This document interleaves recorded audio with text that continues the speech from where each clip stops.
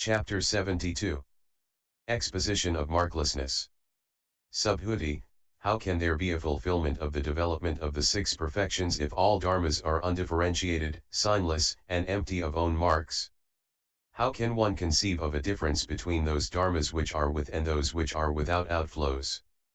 How can one form a concept of the difference between these dharmas with their distinguishing marks when in fact they have on mark only, i.e. no mark?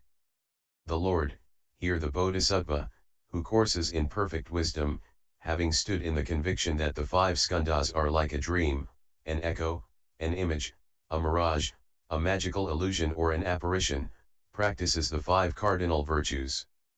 4. The five skandhas are like a dream, an image, a mirage, a magical illusion, an apparition, and devoid of marks. And why? Because a dream has no own being, nor has an echo. And that which has no own being, that has no mark. By this method also one should know that the gift is without mark, and so is the giver and recipient. One who gives gifts after having cognized this, fulfills the perfection of giving, but does not turn away from the other five perfections. Having stood in these six perfections, he fulfills the four trances, 2. The 18 special Buddha dharmas. Having stood in these dharmas without outflows which are born of karma result, he travels to the world systems in the 10 directions with the help of his wonder-working powers, and their honors and serves the Buddhas and Lords. And so on, until we come to, he works the will of beings by helping them in every way. He wins over by gifts those who should be won over by gifts. 2. He wins over by all wholesome dharmas those who should be won over by all wholesome dharmas. Endowed with these wholesome roots he accepts rebirth in samsara, as one who is a sovereign over all dharmas, but he is not contaminated by the sufferings which pertain to samsara. For the sake of beings he accepts rebirth in the, relatively, prosperous condition of gods and men, and that enables him to win over beings. He cognizes all dharmas as without marks, and also cognizes the fruit of a stream winner, but does not take his stand on it. And so on up to the enlightenment of a Pratyeka Buddha. And why? Because, when he has cognized all dharmas, he should reach the knowledge of all modes which is not shared by any of the disciples and Pratyeka Buddhas. It is thus that the Bodhisattva, having cognized all dharmas as without marks, cognizes the six perfections, 2. All Buddha dharmas as without marks. Moreover, the Bodhisattva, cursing in perfect wisdom, having stood in the conviction that the five grasping skandhas are like a dream, 2. Like an apparition, fulfills the perfection of morality. Having cognized the five grasping skandhas as like a dream, 2. Like an apparition, he fulfills the markless perfection of morality, which is unimpaired, flawless, unspotted, pure, untarnished, which sets free, from the slavery of craving, which has been lauded by the wise, which one has well taken upon oneself, and which is holy, without outflows, included within the path and supramundane. Having stood therein he guards the morality which consists in the verbal intimation that one has undertaken to observe the moral precepts, which is acquired in the nature of things, which is due to restraint, which is announced, which is habitual, and which is non-habitual. Endowed with these kinds of morality he does not misconstrue the situation by thinking through this practice of morality, I shall be reborn in good warrior families, or in good Brahmin families, or in the families of wealthy householders, or as a universal monarch, or as the commander of a fort, or among the gods, or, alternatively, I shall win the fruit of a stream winner, 2. Enlightenment. And why? Because all dharmas are without marks, with one mark only, i.e. with the mark of having non-existence for their own being. And a markless dharma cannot win a markless dharma. Nor can a dharma with distinguishing marks win a dharma with distinguishing marks. Nor can dharmas which are markless and without distinguishing marks attain dharmas which are markless and without distinguishing marks. It is thus that the Bodhisattva, coursing in perfect wisdom, fulfills the markless perfection of morality and then enters on the Bodhisattva-f's way of certain salvation. Thereafter he acquires the patient's acceptance of dharmas which fail to be produced. He courses in the knowledge of the modes of the path, acquires the 5 super-knowledges which are born of karma result, establishes himself in the 500 dharnis doors and the 500 concentration doors, and acquires the 4 analytical knowledges. Thereafter he passes on from Buddha field to Buddha field, honors the Buddhas and Lords, matures beings and acquires a Buddha field, for himself. He wanders about in the world of birth and death with its 5 places of rebirth, but he is not contaminated by the karma which is bound up with the world of birth and death or by its results. Just as a magical creation walks about, stands, sits, and lies down, though its coming is not observed, as a real fact, nor its going, nor its standing, sitting, or lying down, just so he works the will of beings, but does not apprehend a being or the concept of a being. Just as the Tathagata who has won full enlightenment, after he has known full enlightenment, has turned the wheel of Dharma and led countless beings to nirvana through the 2 vehicles, does not apprehend any bodhisattva whom he might have predicted to the supreme enlightenment. Having let go the factors which make for a long life, he has entered nirvana which leaves nothing behind after he has conjured up a magical creation. And that magical creation, after he has predicted the enlightenment of that bodhisattva after an eon has elapsed, wins final nirvana through the supreme enlightenment. But one cannot apprehend any entity in him who has won final nirvana, i.e., none of the skandhas. It is thus that the bodhisattva works the will of beings, although he does not apprehend a being or the concept of a being. In this way the bodhisattva, who courses in perfect wisdom, fulfills the perfection of morality, and in its fulfillment all dharmas are contained. Moreover, the bodhisattva, who courses in perfect wisdom, having stood in the conviction that the 5 grasping skandhas are like a dream, 2, are apparitions, fulfills the markless perfection of patience. And how does the bodhisattva, having stood in markless dharmas, fulfill the perfection of patience?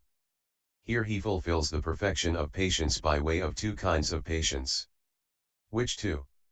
The patience which means toleration and the patience which can look through to dharmas. What, then, is the patience which means toleration? During the entire time which elapses between his first thought of enlightenment and his being seated on the terrace of enlightenment, even through all beings should again and again revile and abuse him, and should use, towards him, mendacious and harsh words, or would give him blows with clods, sticks, or swords, the bodhisattva, who desires to fulfill the perfection of patience, should not produce even one single thought associated with rage or ill will. And with regard to these beings he should intensely reflect that they are surely afflicted with the defilements and that he should produce towards them a thought which contains no evil. And he should think that when I have taken hold of these skandhas I have taken hold of what are deadly enemies. When, as he thus reflects, he becomes full of friendliness and compassion, then one speaks of the patience which means toleration. And what is the patience which can look through to dharmas? It consists in that he does not apprehend even those beings in the ultimate sense, and so he asks himself, who abuses or reviles me, who uses towards me mendacious or harsh words, or who gives me blows with clods, sticks, or swords. Like a magical illusion are all conditioned things, worthless, insignificant, void, fashioned like the firmament, devoid of self, arisen from imagination. All these are discriminate in such a way, basing myself on the emptiness of own being and the emptiness of ultimate reality. This is called the patience which can look through to dharmas. When he considers thus he fulfills the perfection of patience, and when he has done so, he acquires the patient acceptance of dharmas which fail to be produced. Subhuti, what is this patient acceptance of dharmas which fail to be produced? What is its definition, and what is its cognition?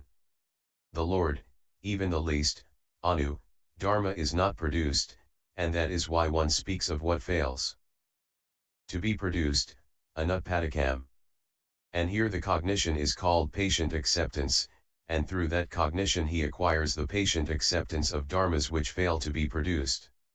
Subhuti, Is there any difference between the patient acceptance of dharmas which fail to be produced on the part of the disciples and pratyekabuddhas on the one side and on the part of the bodhisattva on the other?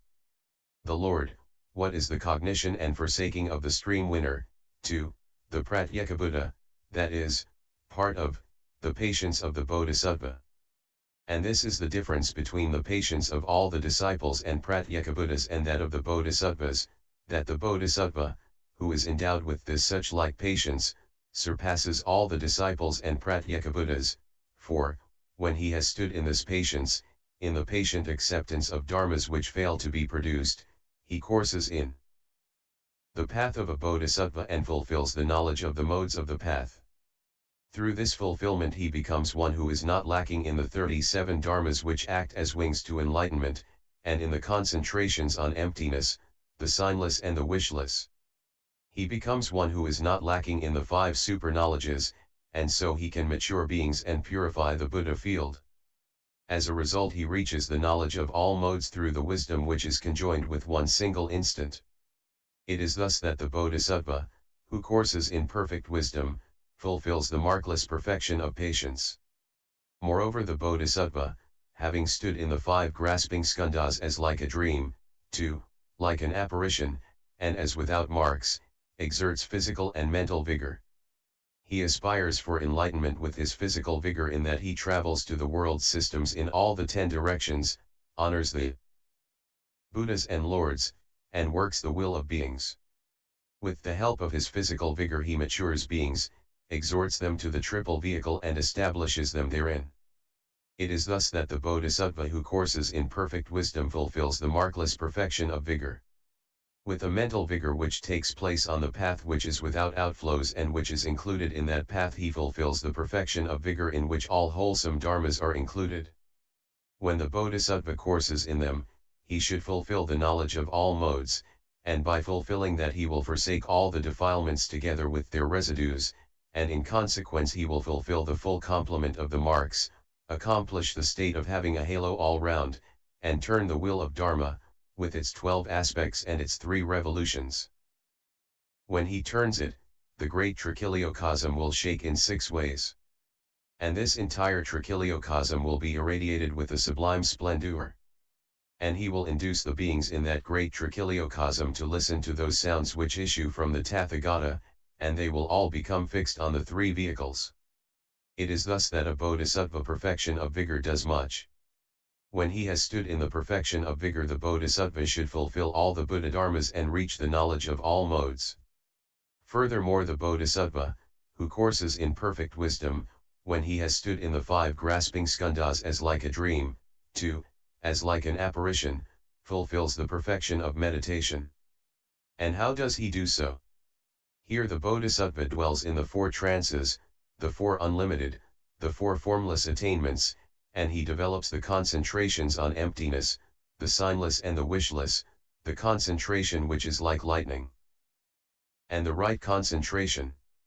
When he has stood in the concentration which is like a thunderbolt, then, leaving aside the concentration of a Tathagata, he dwells as one who has entered on whichever concentrations are common to the disciples and pratyekabuddhas, as well as any other classes of concentrations and meditational achievements, after he has suffused them all with his body.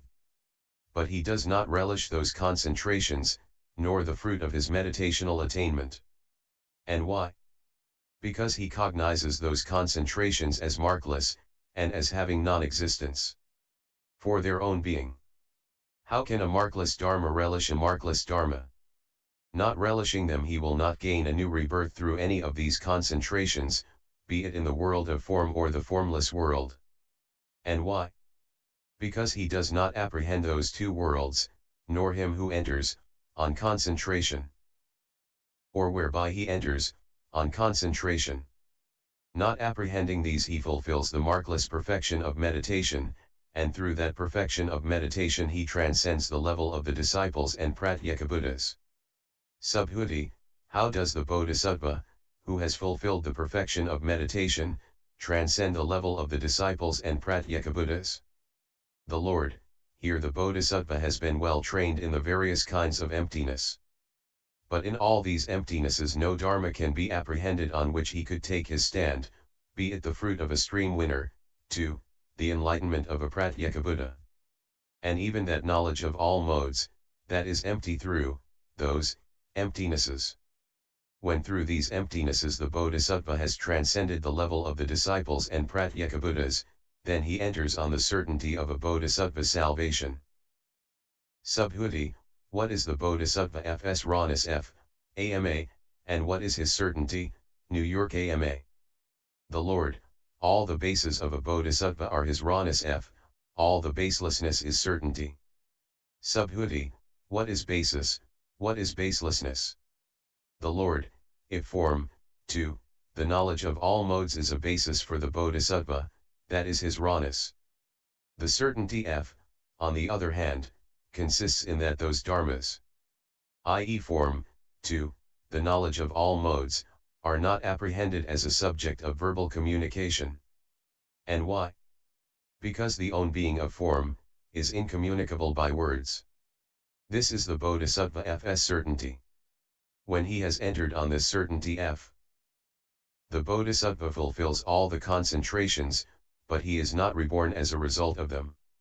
How much less could he produce greed, hate or delusion, based on which he would bring about deeds which would make him fall into samsara? It is quite impossible that he should do so. On the contrary, although he has stood in the conviction that dharmas are like a magical illusion, he works the will of all beings. But he does not apprehend a being or a magical illusion. In spite of that he matures beings and acquires a Buddha field. It is thus that the Bodhisattva, having fulfilled the perfection of meditation, goes on until he turns the will of Dharma, i.e. the will which is baseless and which is emptiness, signless, and wishless. Moreover, the Bodhisattva who courses in the perfection of wisdom comprehends all dharmas as like a dream, 2, like an apparition. Subhuti, and how does the Bodhisattva do that?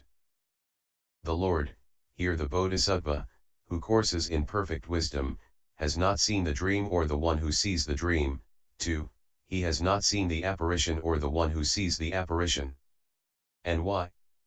Because a dream is a perverted view on the part of the foolish common people. But Arhats, Pratyeka-Buddhas, and Tathagatas do not see a dream or one who sees a dream, 2, they do not see an apparition or one who sees an apparition. And why? Because all dharmas have non-existence for their own being, and they are the same as final nirvana, because of their unreality. Not totally real are all dharmas, because they have not actually come into being.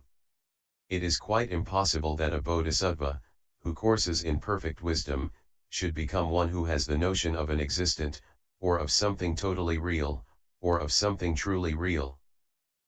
That would not be the perfection of wisdom if one were to apprehend the own being of any dharma whatsoever, or its total reality, or its true reality. It is thus that the Bodhisattva, who courses in perfect wisdom, does not cling to form, 2, the 5 perfections. When he has stood in this perfection of wisdom, he fulfills the 10 stages, without producing towards them passionate greed. And why? Because he does not apprehend those stages. How, then, can he produce passionate greed towards them? He courses in the perfection of wisdom, but does not apprehend it. Coursing in the baseless, he sees all dharmas as contained in this perfection of wisdom, and yet he does not apprehend those dharmas. And why? Because these dharmas on the one hand and that perfection of wisdom on the other are not two nor divided. And why?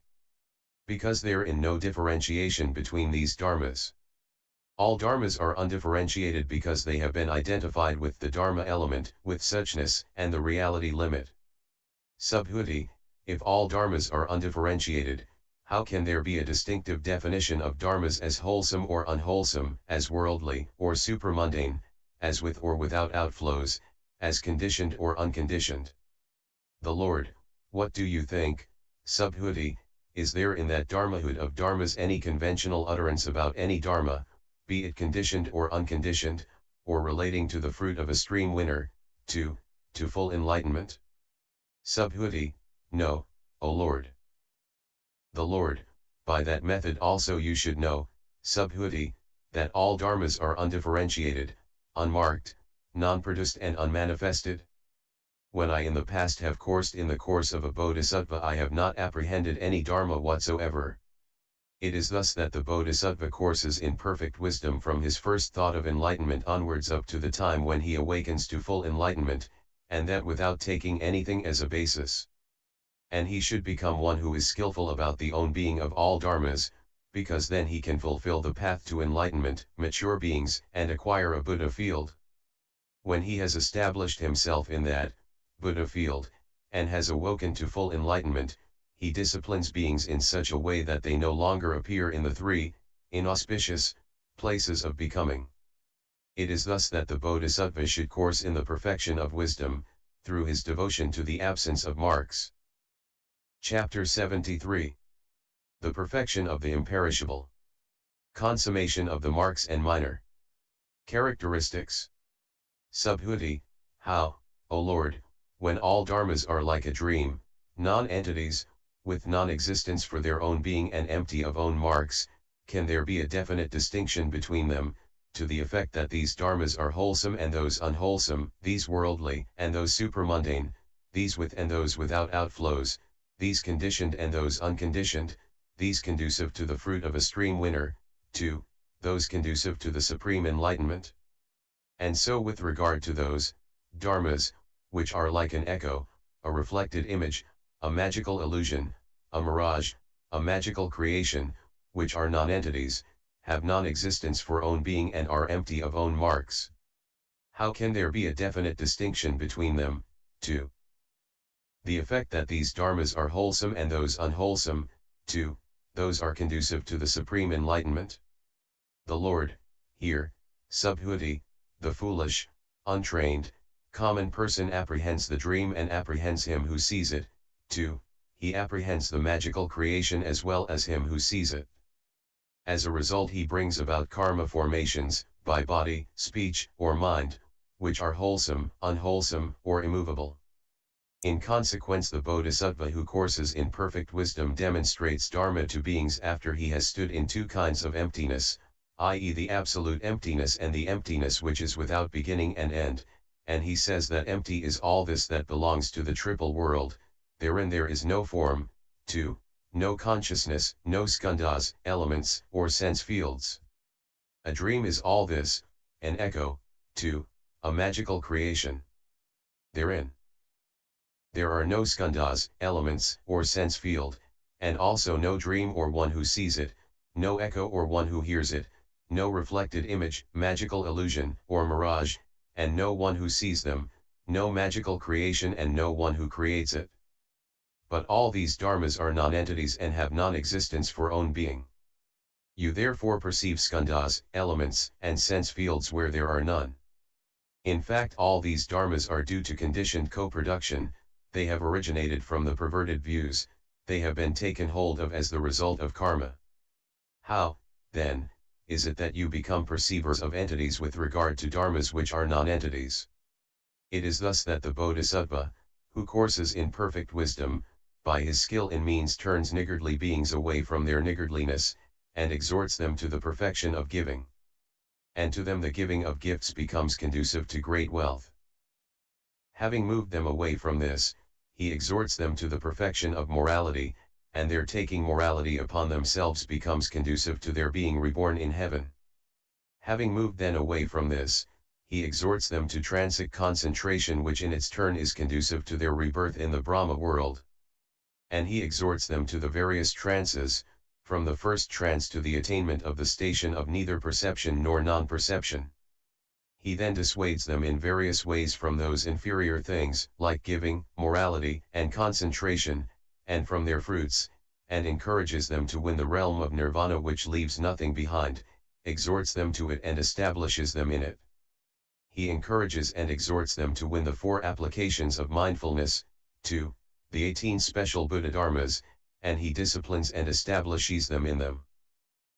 With the help of these dharmas without outflows, immaterial, undefinable, and non-reacting he establishes in the fruit of a stream winner those who strive for the fruit of a stream winner, 2, he describes the path of enlightenment to those who strive for the supreme enlightenment, points it out to them, fills them with enthusiasm for it, encourages it, and establishes it.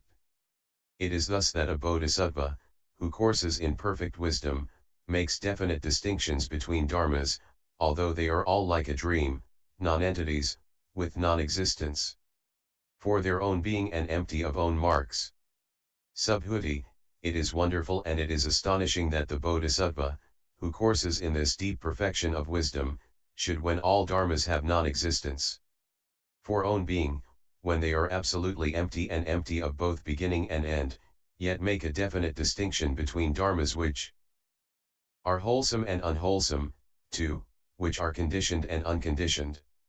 The Lord, so it is, Subhuti, so it is. It is indeed wonderful and astonishing of the bodhisattvas that, when they course in this deep perfection of wisdom, they nevertheless make a definite distinction between dharmas. And when, Subhuti, you consider this wonderful and astonishing dharma of a bodhisattva, you must admit that, it is not easy for all you disciples and pratyekabuddhas to repay the bodhisattva, for his favors. All of you cannot possibly surpass this dharma of a bodhisattva.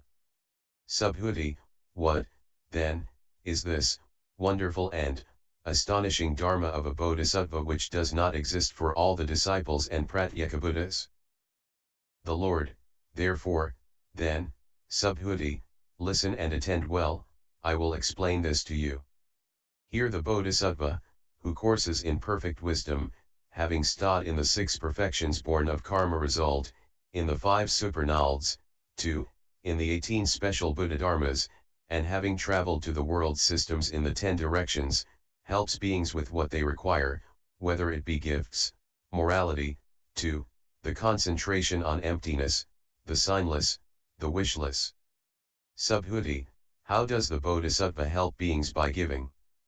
The Lord, here the bodhisattva, who courses in perfect wisdom, gives gifts food to those in need of food, 2, anything else that may be useful to human beings. And just as he gives to the Tathagata, so also to pratyekabuddhas, arhats, 2, stream winners, to those who are reborn in the right places of rebirth and to those who progress in the right direction, so he gives to humans and to those who are reborn as animals, to all he gives gifts after he has formed the notion of non-differentiation. And why? Because he has cognized all dharmas as being just one undifferentiatedness. Having given gifts without differentiating, he becomes the recipient of an undifferentiated dharma, i.e. the knowledge of all modes.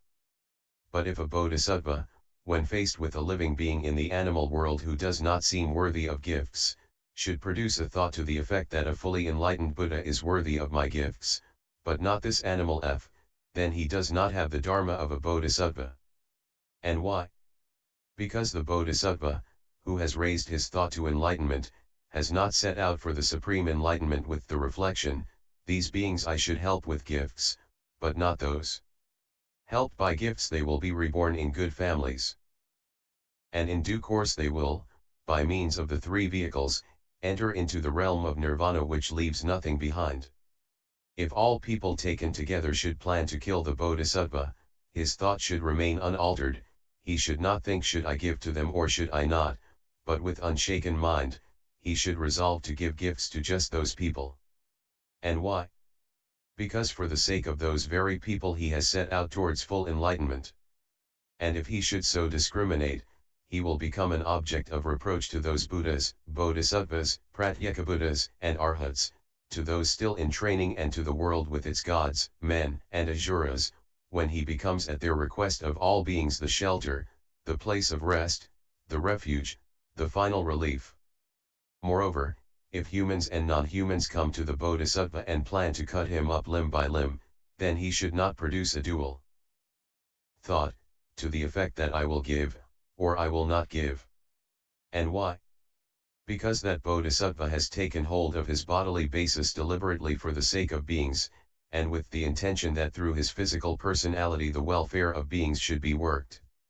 And he should produce a thought thus, may those people for whose sake I have appropriated this physical personality go away satisfied when they have received everything without having solicited for it. And it is thus that the Bodhisattva should train in perfect wisdom. Moreover, when the bodhisattva is faced with a beggar, he should produce a thought thus: he who gives, he to whom he gives, what he gives, of all these dharmas the own being cannot be apprehended. And why? Because these dharmas are empty through their absolute emptiness. And emptiness does not give anything or take anything away.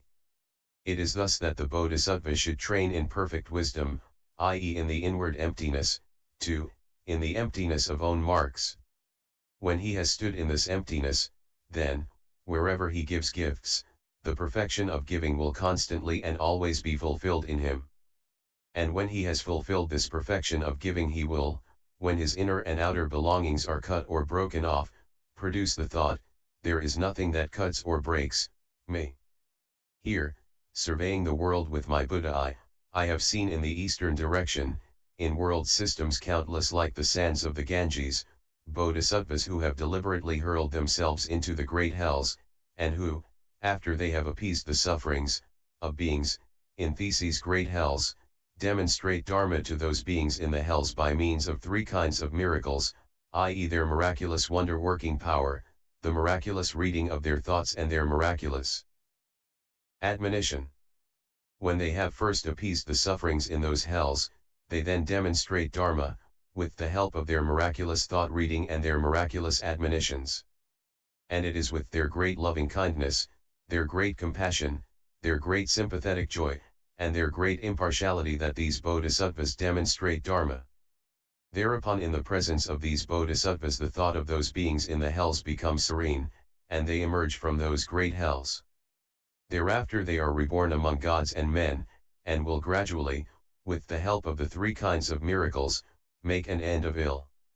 And so for the other directions. Here Subhuti, surveying the world with my Buddha eye in all directions, in world systems countless like the sands of the Ganges, I have seen bodhisattvas who serve upon the Buddhas and Lords with such an intense devotion that they are dear and not undear to them, that they please and do not displease them, and that they respect and do not disrespect them. And these bodhisattva learn the Dharma which those Buddhas and Lords teach, bear it in mind and never allow it to be forgotten again before they win the supreme enlightenment.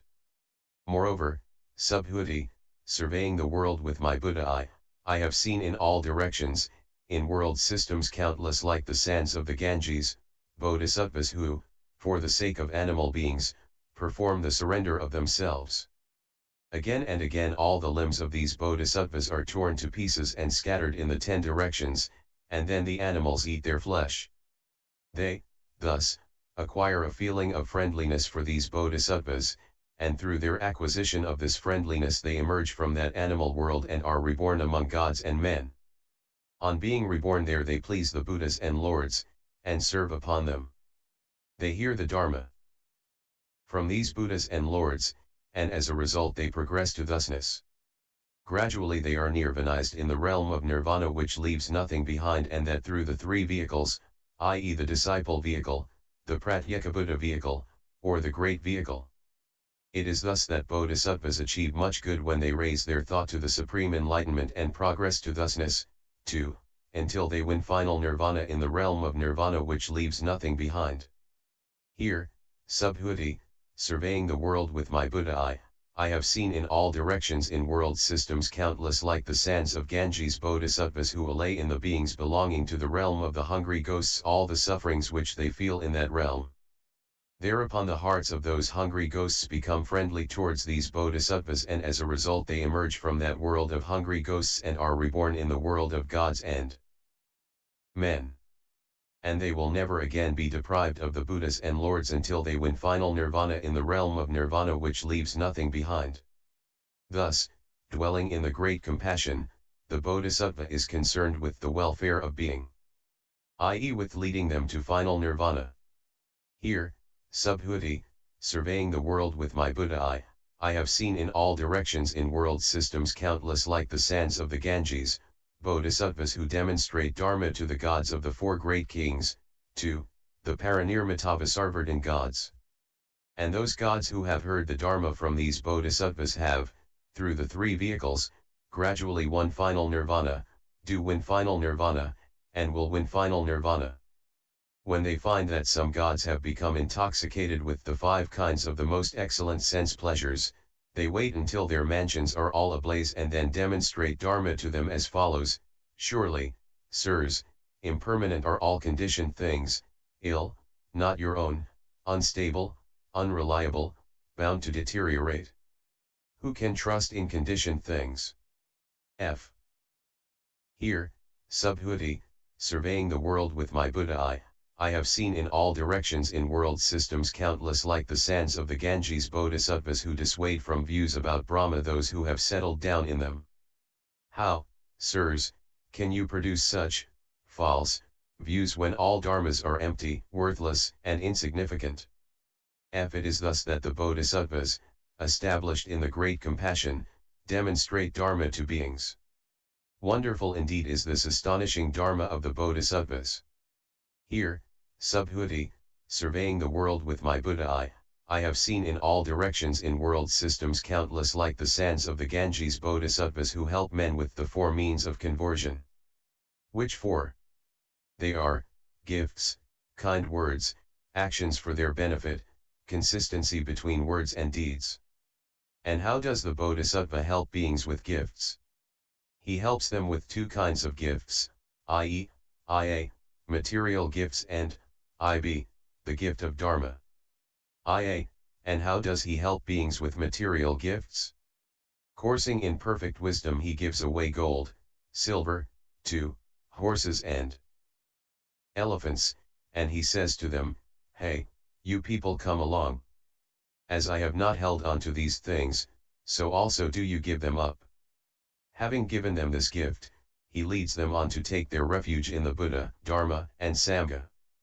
Some he makes take up the 5 precepts, others he makes observe the 8 precepts on the Sabbath, others he establishes in the 10 wholesome ways of action, others he causes to enter on the first trance, 2, others he establishes in arhatship, or in the enlightenment of a pratyeka Buddha. It is thus that the bodhisattva, who courses in perfect wisdom, gives material gifts to all beings and establishes them in a state of the highest security. This is the bodhisattva's wonderful and astonishing dharma. IB, and how does the bodhisattva who courses in perfect wisdom help beings with the gift of dharma? There are 2 kinds of gift of dharma. Iba, the worldly, and Ib, the supramundane. Iba, what then is the gift of the worldly dharma? It is the teaching of all worldly dharmas, their demonstration and revelation, i.e. of the kinds of repulsiveness, the 4 trances, the 4 stations of Brahma, the 4 formless attainments, and of whatever other worldly dharmas there may be that are shared by the foolish common people. And when the bodhisattva has given this gift of worldly dharmas, he then by various methods turns them away from their cultivation and through his skill in means establishes them in holy dharmas and in their fruit. And which are the holy dharmas and which is their fruit? The holy dharmas are described as the 37 dharmas which act as wings to enlightenment and the 3 doors to deliverance. The fruit of the holy dharmas is the fruit of a stream winner, 2, arhatship. Furthermore, this is the holy dharma of a bodhisattva that he has a cognition of the fruit of stream winner, 2, arhatship, of the enlightenment of a pratyeka Buddha, 2, of the 37 dharmas which act as wings to enlightenment, 2, of the 10 powers of a Tathagata, 2, of the great friendliness, the great compassion, the great sympathetic joy, and the great impartiality. And if there are, in addition to these, any other worldly and supramundane dharmas with or without outflows, conditioned or unconditioned their cognition up to the knowledge of all modes, these are called the holy dharmas of a bodhisattva. And what again is for a bodhisattva the fruit of the holy dharmas? All the fruits, up to the forsaking of all defilements and their residues. Subhuti, does, then, the bodhisattva reach the knowledge of all modes? The Lord, yes, he does. Subhuti, in that case, what is the difference between him and a Tathagata? The Lord, there is a difference between them. Subhuti, what, then, is it? The Lord, the bodhisattva reaches the knowledge of all modes, but the Tathagata is called one who has attained to its cognition. And why? For the thought in which he is established when he has reached the non-blindness for all dharmas cannot be apprehended as respectively different in the Bodhisattva and the Tathagata. So much about a Bodhisattva's gift of worldly dharma which becomes a basis for his gift of supramundane dharmas. It is thus that the Bodhisattva, when he has enjoined upon beings the gift of the worldly dharmas, goes on, through his skill in means, until he establishes them in the knowledge of all modes. And what is, on the part of the Bodhisattva, the gift of the supramundane dharmas, which are not shared with all the foolish common people. They are the 4 applications of mindfulness, the 4 right efforts, the 4 bases of psychic power, the 5 dominants, the 5 powers, the 7 limbs of enlightenment, the holy eightfold path, the 3 gateways to emancipation, the 8 deliverances, the 9 successive attainments, the 10 powers of a Tathagata, the 4 grounds of self-confidence, the 4 analytical knowledges, the great friendliness, the great compassion, the 18 special dharmas of a Buddha, the marks of the Superman, the 80 accessory marks, the 500 dharnis doors and the hundreds of concentration doors. This is the gift of dharma which is supramundane and not worldly. And what, subhuti, are the 4 applications of mindfulness? With regards to the inward body he dwells as one who reviews the body, and so he dwells with regard to the outward body and to both the inward and outward body ardent, clearly conscious, and mindful, after putting away all worldly covetousness and sadness. With regard to the body he dwells as one who reviews its origination, its disappearance, and both its origination and disappearance. He dwells as one who does not lean on anything, and as one who does not grasp at the world. And so with regard to feelings, thought and dharmas. And what are the 4 right efforts? He rouses his will to bring about the future non-production of evil and unwholesome dharmas, which have not yet been produced. He exerts himself to bring about the forsaking of evil and unwholesome dharmas, which have been produced. He rouses his will and puts forth vigor so as to bring about the production of wholesome dharmas which have not yet been produced. He rouses his will so as to bring about the growth of those wholesome dharmas, which have been produced, their greater abundance, and the fulfillment of their development. And what are the 4 bases of psychic power? They are endowed with the formative forces of effort, and their concentration is caused, respectively, by desire to do, thought, vigor, or exploration. And what are the 5 dominants?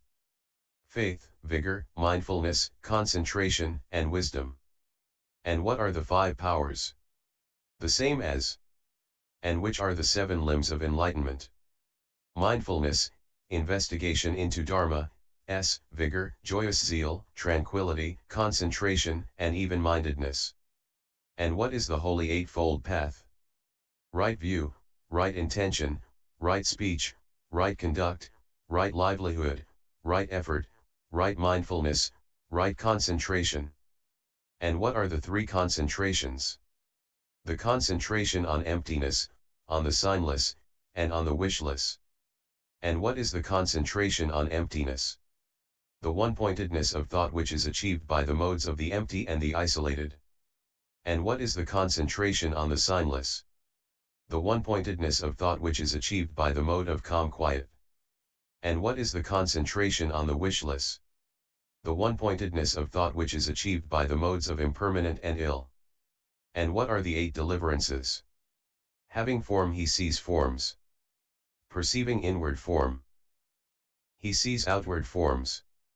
He becomes resolved on loveliness. By completely overcoming all perceptions of forms, by the going to rest of the perceptions of impact, by not attending to the perceptions of manifoldness, on thinking endless space, he dwells in the attainment of the station of endless space. By completely overcoming the station of endless space, on thinking infinite consciousness, he dwells in the attainment of the station of infinite consciousness. By completely overcoming the station of infinite consciousness, on thinking that there is not anything, he dwells in the attainment of the station of nothing whatever. By completely overcoming the station of nothing whatever, he dwells in the attainment of the station of neither perception nor non-perception. By completely overcoming the station of neither perception nor non-perception, he dwells in the attainment of the cessation of perception and feeling. And what are the 9 successive attainments? Here someone dwells, detached from sense desires, detached from evil and unwholesome dharmas, in the attainment of the first trance, which is with thoughts applied and discursive, born of detachment, full of rapture and ease. 2. He dwells as one who has attained the station of neither perception nor non-perception. By completely overcoming the station of neither perception nor non-perception, he dwells in the attainment of the cessation of perception and feeling. And what are the 10 powers of a Tathagata?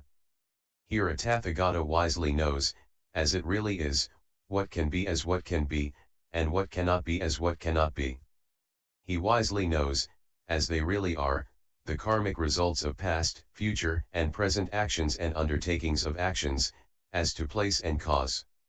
He wisely knows, as they really are, of other beings, other persons, the faculties and powers, as well as their limbs of enlightenment, trances, concentrations, and meditational attainments, and also their defilements and purifications. He wisely knows as they really are, the higher and lower faculties of other beings and persons, and also their various dispositions. He wisely knows, as it really is, the progressive way that leads everywhere, and also the various elements in the world, its multifarious elements. He recollects his various past lives, he recollects, 1 birth, 2, in all their modes and in detail. With his heavenly eye, pure and surpassing that of men, he sees beings, as they die and arise again, 2, as they are reborn in a happy destiny, in heaven, amongst the gods. He wisely knows, as it really is, that emancipation of his heart, effected through wisdom which is without outflows and which results from the extinction of the outflows. And what are the 4 grounds of self-confidence? That I who claim to be fully enlightened am not fully enlightened as to those dharmas. I see nothing to indicate that anyone in this world with its gods, Maras, Brahma, and Brahmins, can with justice make this charge. And, as I see nothing to indicate this, I dwell in the attainment of security and fearlessness. I claim my exalted place as the leader, rightly roar the lion fs roar in the assembly, and set rolling the sacred will which cannot with justice be set rolling by any recluse, Brahmin, God, Mara, or Brahman, or anyone else in the world. That I, who claim to have dried up the outflows, have not completely dried them up, that charge is impossible. 2. That those dharmas which I have described as impediments should have no power to impede him who pursues them, that charge is impossible. 2. That he who cultivates the progressive path, which I have described as holy, conducive to going forth, and to penetration, and as bringing the doer of it to the right extinction of ill, should not go forth to the right extinction of ill, that charge is impossible. 2. These are the 4 grounds of self-confidence. What again are the 4 analytical knowledges? They are the analytical knowledge of the meaning, of the Dharma, of languages, of inspired speech. And which are they? They have meaning, dharma, languages, and inspired speech for their respective objective supports. And what are the 18 special Buddha dharmas of a Tathagata? The Tathagata does not trip up, is not rash or noisy in his speech, is never robbed of his mindfulness, his thought is never unconcentrated, he has no perception of difference, his even-mindedness is not due to lack of consideration, he never fails in his zeal, vigor, mindfulness, concentration, wisdom, or in his deliverance, or his vision and cognition of deliverance. All his deeds of 13, body, 14, voice and 15, mind are preceded by cognition and continue to conform to cognition. His vision and cognition regarding the 16, past, 17, future, and 18, present period of time proceeds unobstructed and freely. And what are the Tathagata Fs 32 marks of a Superman? The Lord Fs feet are well placed, i.e. he places the entire solace of his feet evenly on the ground, just as a round basket which, when tipped up moves down and when tipped down moves up. He has, stamped on the soles of his feet, lines depicting a wheel, i.e. on his 2 feet there grow wheels with 1,000 spokes, with rims and naves, complete in every respect. The soles of his feet and the palms of his hands are tender and soft, i.e. his hands and feet are softer than those of others. His toes and fingers are long, i.e. they are longer than those of others. His hands and feet are joined by webs, i.e. as with the royal goose. He has broad heels, i.e. his 2 heels are broader than those of others. His feet have inconspicuous ankle bones, i.e. his 2 ankle bones grow high up. His shanks are like those of the black antelope, i.e. because his shanks are gradually tapering away, like those of the black antelope, king of deer. His bodily frame is well grown, tall, and straight, i.e. it is not crooked, not bent, well grown in all ways, its height is 7 cubits, and everything is proportioned accordingly.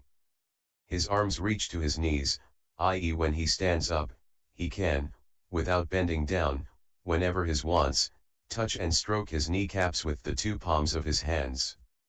His male organ is hidden in a sheath, i.e. as in the case of a noble thoroughbred elephant or horse. The hairs on his body stand separately, i.e. in each hair pore there grows only one single hair, which is soft, curls in rings, and turns to the right. The hairs on his body point upwards, i.e. the hairs of his head and body grow in such a way that they are turned upwards, they are blue-black, soft, curl in rings, and turn to the right. His skin is smooth and delicate, i.e. water and dust do not cleave to his body. His skin has a golden hue, making him handsome and attractive, i.e. his body shines brightly just like a bar of gold. He has 7 prominences, i.e. 2 below on the soles of his feet, 2 on his hands, 2 on his shoulder blades and 1 behind on his neck. And they are all handsome, attractive, and beautiful to behold, with ample flesh and blood. The upper part of his body is like that of a lion, i.e. it is large like that of the lion, king of beasts. His shoulders are gently curved, i.e. because they are muscular his shoulder are everywhere amply developed. The interval between his shoulders is well filled, i.e. his chest is wide and well elevated. The circumference of his body is like that of the fig tree, i.e. as great as he is in height, so great is he in width, as great as he is in width, so great is he in height. He has jaws like a lion, i.e. his jaws are well rounded, as those of the lion.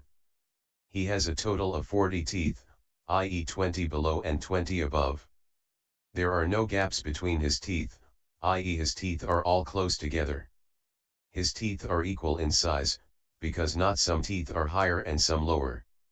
His teeth are very white, i.e. they shine brilliantly. He has taste conductors which give him the most excellent taste, i.e. the taste conductors in his throat are quite straight, those in his tongue are not twisted or bloodless, since his nerves are so well endowed, his body is supremely fit. His tongue is long, i.e. when he desires to do so he touches and strokes with his tongue the apertures of his 2 ears, and he covers with his tongue the apertures of his 2 eyes and his entire face up to the hairs.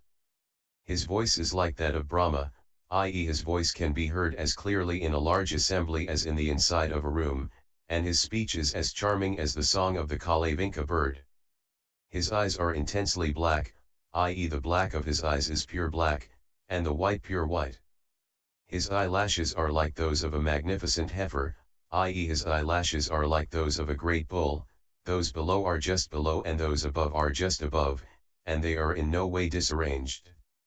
He has a tuft of hair between his eyebrows, i.e. a tuft of hair grows between his eyebrows which is very white and soft, resembles a tuft of cotton, and is not in touch with his eyebrows. The hairs turning to the right and curling in rings. There is a cowl on his head, i.e. his head is well rounded and through the large circumference of the cowl it looks exceedingly beautiful. These are the 32 marks of a Superman. With the help of them he irradiates the great trichilocosm with his radiance and with his natural splendor he also irradiates the countless world systems, if he so wishes. And the Tathagata sustains beings with his halo out of pity for them. When, however, the Lord F's halo no longer sustains them, then, overcome by his natural splendor, the light of sun and moon are not longer encountered, and the moon and the half-moon, the days and the years cease to exist. And there the moon does not run through her changes, there is no sun, and no courses of the stars. The Lamb is the never-setting light of that happy city. There is no night and no time, eternity brings endless day. Revelation, with his natural voice he instructs the great trichilocosm, as often as he wishes to do so and as far as his radiance reaches. It is thus that the Bodhisattva helps beings with the two kinds of gift, i.e. the worldly gift and the gift of Dharma. This is the Bodhisattva F's wonderful and astonishing Dharma. And how does the Bodhisattva help beings with kind words? He helps them with the 6 perfections. And why? Because all wholesome dharmas are included in these perfections. And how does the Bodhisattva help beings with actions which benefit them?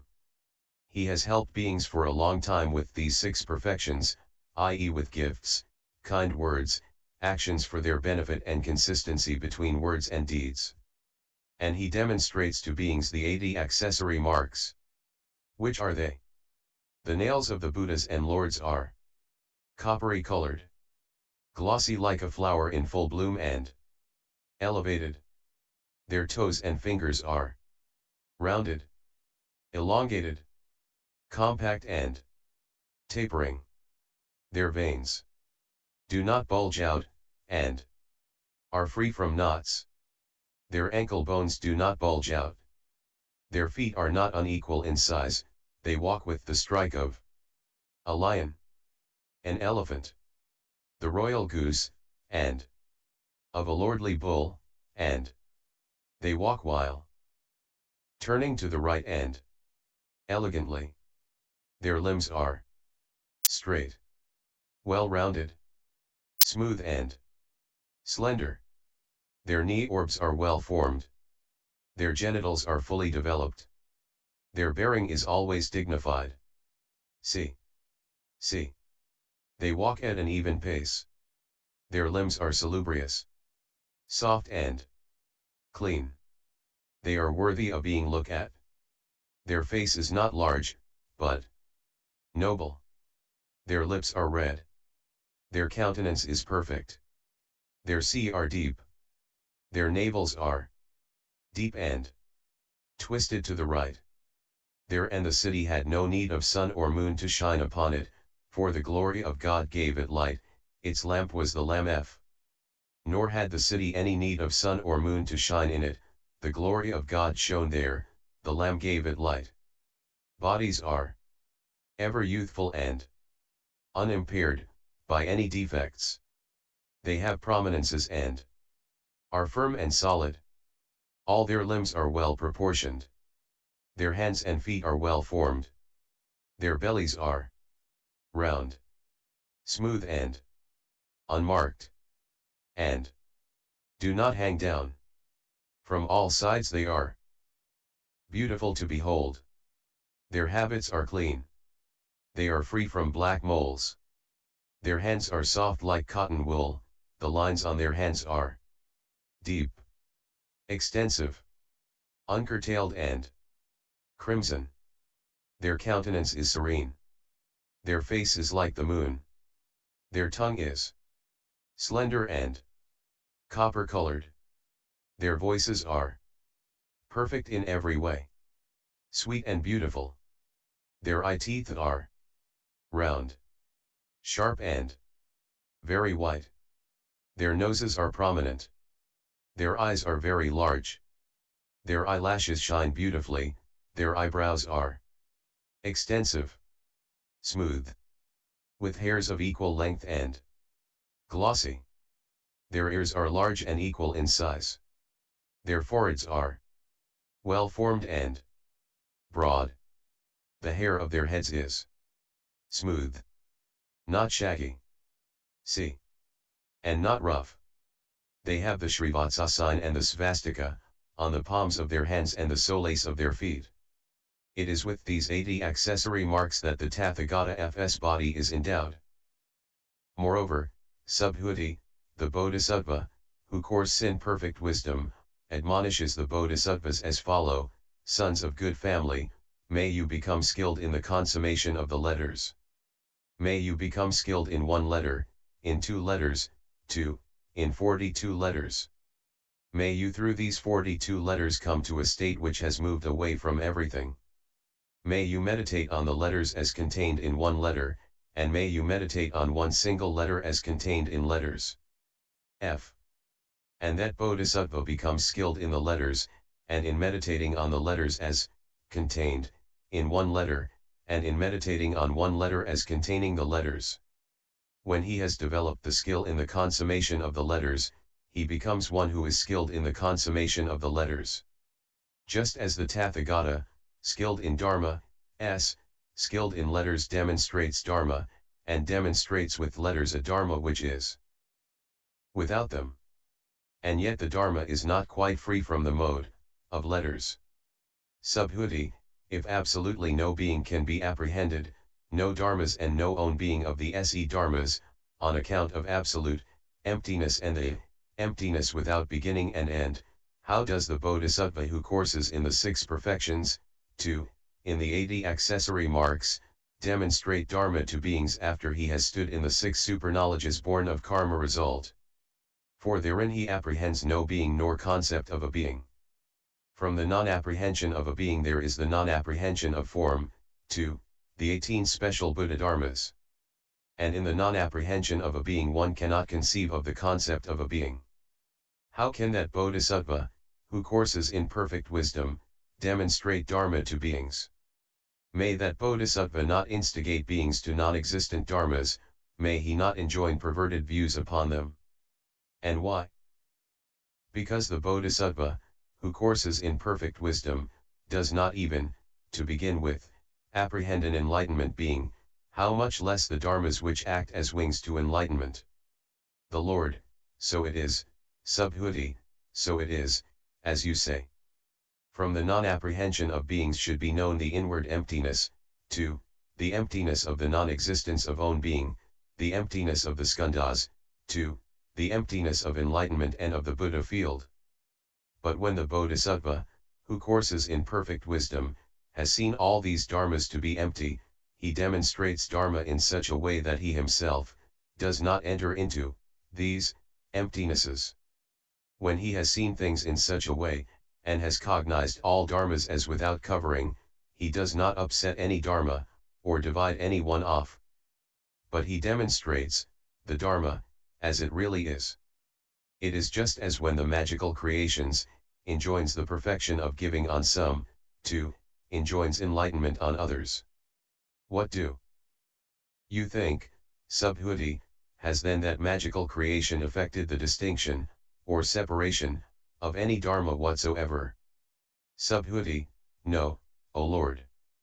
The Lord, by this method you should know, Subhuti, that it is thus that the Bodhisattva who courses in perfect wisdom demonstrates dharma to beings, establishes them in true reality and frees them from the perverted views, by way of the fact that they are neither bound nor freed. And why? Because form is neither bound nor freed. And the fact form is neither bound nor freed, that is not form. And why? Because form is absolutely pure, and so for all conditioned and unconditioned dharmas. It is thus surely that the Bodhisattva, who courses in perfect wisdom, demonstrates dharma to beings, but without apprehending a being. It is in the non-apprehension of all dharmas that the Bodhisattva has stood, but without taking his stand on that. He has stood in the emptiness of form, without taking his stand on that. For dharmas, whether conditioned or unconditioned, do not stand anywhere. And why? Because one cannot apprehend of them an own being in which they could be established. For the non-existent does not stand in the non-existent, own being does not stand in own being, other being does not stand in other being. And why? Because they all cannot be apprehended, and an object of non-apprehension cannot stand anywhere. It is thus that the Bodhisattva, who courses in perfect wisdom, systematically meditates on these dharmas by way of all these emptinesses, and it is thus that he becomes free from guilt with regard to the Buddhas, Bodhisattvas, Pratyekabuddhas, disciples, and all holy men. And why? Because the Buddhas, too, all holy men have understood just this dharmahood, and, when they have done so, they demonstrate dharma to all beings, and they do not stray away from the dharmahood of all dharmas. And why? Because dharmahood does not stray away, nor suchness, nor the reality limit. And why? Because they have no own being which could stray away. Subhuti, if that is so, is then form one thing, and the realm of dharma another, suchness another, and the reality limit another? And so for all dharmas. The Lord, no, subhuti. Form, is not one thing, and the realm of dharma another, suchness another, and the reality limit another. Subhuti, if that is so, how, then, O Lord, does one make definite distinctions, such as, black dharmas lead to a black result, i.e. to the hells, the animal world, and the world of Yama, white dharmas lead to a white result, i.e. to rebirth among gods and men, black and white dharmas lead to a black and white result, i.e. the experience of both happiness and unhappiness, dharmas which are neither black nor white lead to a karma result which is neither black nor white, i.e. the fruit of a stream winner, 2. The supreme enlightenment. The Lord, when conventional truth has been made into the standard, the definite determination of the fruits can be described, but not by way of ultimate truth. And why? Because that dharma is undiscriminated and incommunicable, since name and form are non-production, non-stopping, non-defilement, non-purification. This is the absolute emptiness, the emptiness without beginning and end. Subhuti, if the determination of the fruit takes place on account of conventional truth and not in ultimate reality, then all the foolish common people must already have the fruit of a stream winner, 2. The supreme enlightenment. The Lord, do, then, the common people wisely know the conventional and the ultimate truth? If they do, they will also be able to determine the various fruits, i.e. the fruit of a stream winner, 2. The supreme enlightenment. But the foolish common people do not have the path, nor its development nor a distinctive determination of its fruits. It is the holy persons who have the path and its development, and it is therefore they who have a distinctive determination of its fruits. Subhuti, it there, then, an attainment of the fruit as a result of the development of the path, and can a fruit be attained? The Lord, no, subhuti, there is no attainment of the fruit as a result of the development of the path, and no fruit can be attained. In fact, there can be no attainment of the fruit without one's having developed the path, and at the same time no fruit can be attained through the path. It is thus that the Bodhisattva, who courses in perfect wisdom, distinctively defines the fruit of beings, but without having cut off the share of either the conditioned or the unconditioned element. Subhuti, if that is so, then the Lord has never said that this is the fruit of a stream winner, i.e. the forsaking of the threefold fetter, this the fruit of a once returner, i.e. the attenuation of greed for sense pleasures and of ill will, this the fruit of a never returner, i.e. the forsaking of the 5 lower fetters, this is arhatship, i.e. the forsaking of the 5 higher fetters, this is the enlightenment of a Pratyekabuddha, i.e. that whatever was doomed to originate that is now invariably doomed to stop, this is the supreme enlightenment, i.e. the forsaking of all defilements together with their residues. How can we understand the meaning of the Lord F's teaching, if the distinctive determination of the fruits does not take place through cutting off the share of dharmas, either conditioned or unconditioned? The Lord is, then, the fruit of a stream winner, conditioned or unconditioned. Subhuti, it is unconditioned, O Lord, no conditioned, O well gone. The Lord, is there, then, such a thing as the cutting off of the share with regard to an unconditioned dharma? Subhuti, no, O Lord. The Lord, it is thus that the Bodhisattva, who courses in perfect wisdom, demonstrates dharma to beings without cutting off the share, on account of the inward emptiness, 2. The emptiness of own marks. He himself does not settle down in any dharma, and others also he does not settle down anywhere, in the perfection of giving, 2. In the knowledge of all modes. Not having settled down anywhere he does not get stuck anywhere. It is as with the magical creation of a Tathagata who, when he gives a gift, does not get stuck with the fruit of the gift, and does not experience the fruit of the gift, except in so far as it is conducive to leading all beings to final nirvana. He does not stand anywhere, not in dharmas with or without outflows, worldly or supramundane, conditioned or unconditioned. It is thus that the Bodhisattva who courses in perfect wisdom, courses in all dharmas but does not stand in any dharma nor get stuck to one. And why? Because he has well penetrated the dharma mark of dharmas. Continued,